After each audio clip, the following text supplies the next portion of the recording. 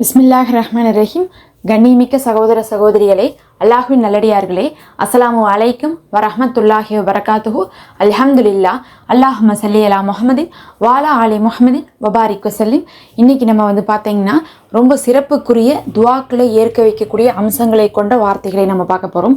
இந்த வார்த்தைகளை ஓதிவிட்டு நீங்கள் துவாவை கேட்டால் அந்த துவாக்கள் ஒருபோதும் நிராகரிக்கப்படவே படாது. அவ்வளோ சிறப்புக்குரிய வார்த்தைன்னு சொல்லலாம். இதெல்லாம் தான் ஒரு துவாவுடைய தூண்களாக இருக்குதுன்னு சொல்லிட்டு சொல்லப்பட்டிருக்கு.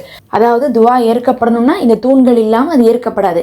இது இல்லாத துவாக்கள் கண்டிப்பாக மறுக்கப்படும். அதனால் இதோடு சேர்ந்து நீங்கள் துவா செய்யுங்க.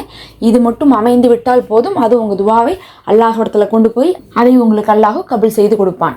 அந்த 4 விஷயம் என்னன்னு சொல்லிட்டு பார்க்கலாம். அதில் முதல் விஷயம் என்னன்னு பார்த்தீங்கன்னா அதுதான் லா இலாஹா இல்லல்லா அப்படிங்கக்கூடிய இந்த வார்த்தையை, இந்த களிமாவை 40 முறை ஓதிக்கொள்ளுங்க.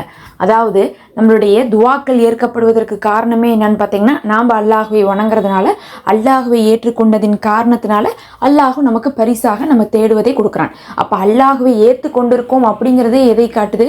நம்ம சொல்லக்கூடிய களிமா தான் காட்டுது. அந்த வார்த்தை தான் வணக்கத்துக்குரியவன் அல்லாஹ் ஒருவனை தவிர வேறு யாரும் இல்லை அப்படின்னு சொல்லக்கூடிய லா இலாஹா இல்லல்லா. இந்த லா இலாஹா இல்லல்லாஹுவை நீங்கள் 40 முறை ஓதிவிட்டு அல்லாஹ்விடத்தில் துவா செய்தால் என்னாகும்? துவா மறுக்கப்படாது. லா இலாஹா இல்லல்லா மட்டும் கிடையாது, இன்னும் 3 வார்த்தை சொல்கிறேன். 2வது வார்த்தை ரப்பிகி ஃபிர்லி. ரப்பிகி ஃபிர்லின்னா என்ன அர்த்தம்னா என்னுடைய ரப்பே என்னை மன்னிப்பாயாகன்னு அர்த்தம்.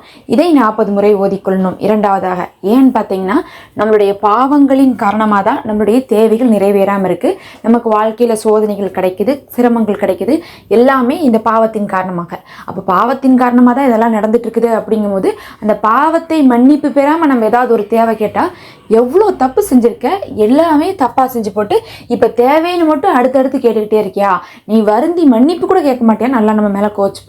அதனால் பாவத்துக்கு மன்னிப்பு பெறுவது ரொம்ப முக்கியம்.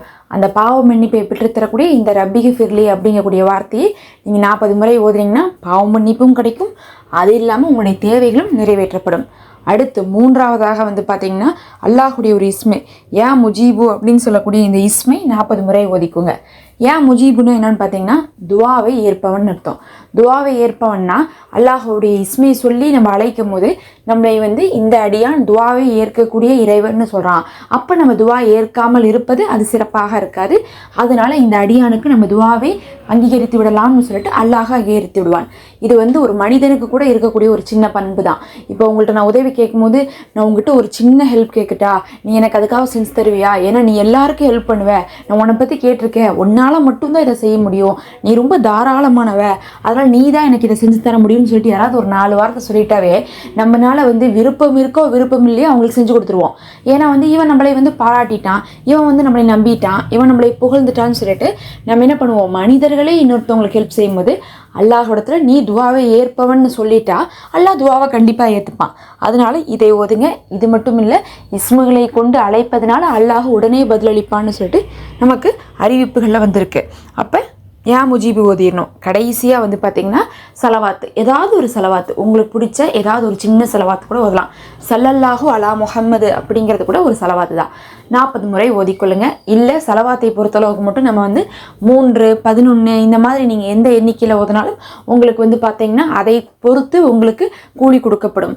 ஏன்னா சலவாத்து அப்படிங்கிறது நீங்கள் எத்தனை தடவை ஓதுறீங்களோ அத்தனை தடவை அல்லாஹ் அவங்க மேலே அருள் புரிவான். நீங்கள் 40 முறை ஓதுனீங்கன்னா 40 தடவை அல்லாஹ் அவங்க மேலே அருள் புரிவான்.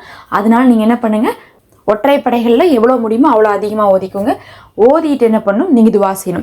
இந்த அமைப்பிற்கு பாருங்கள். இப்போ நம்ம சொன்ன 4மே அந்த லா இலாஹா இல்லல்லா அப்படிங்கிற களிமாவும், ரப்பிகி ஃபிர்லி அப்படிங்கக்கூடிய இஸ்திகஃபாரும், யா முஜீபு அப்படின்னு சொல்லக்கூடிய இஸ்மும், கடைசியாக ஓதக்கூடிய சலவாத்தும், இது 4ம் தான் 4 தூண்கள் துவா ஏற்கப்படுவதற்கு. அப்போ உங்கள் துவா ஏற்கப்படணும்னா இதை ஓதினாவே போதும். உங்களுடைய துவாக்கள் மறுக்காமல் கபூலாகும். எவ்வளோ அவசர தேவையாக இருந்தாலும் உடனுக்குடனே பதில் வரணும்னாலும் கூட நீங்கள் இதை ஓதி விட்டு கேட்டு பாருங்கள். இதெல்லாம் ஒழுவோடு செய்யணும், தொழுகை இருந்தால் தான் செய்யணும்லாம் இல்லை, எப்போ வேணால் செய்யலாம். சும்மா இருக்கப்போ கூட நீங்கள் என்ன பண்ணலாம், இந்த அமலெல்லாம் நீங்கள் செய்யலாம். இதுக்கெல்லாம் குறிப்பிட்ட நேரம் தான் இருக்கணும்ன்ட்டு அவசியம் இல்லை. இதை செஞ்சு பாருங்கள், 5 நிமிஷம் கூட ஆகாது.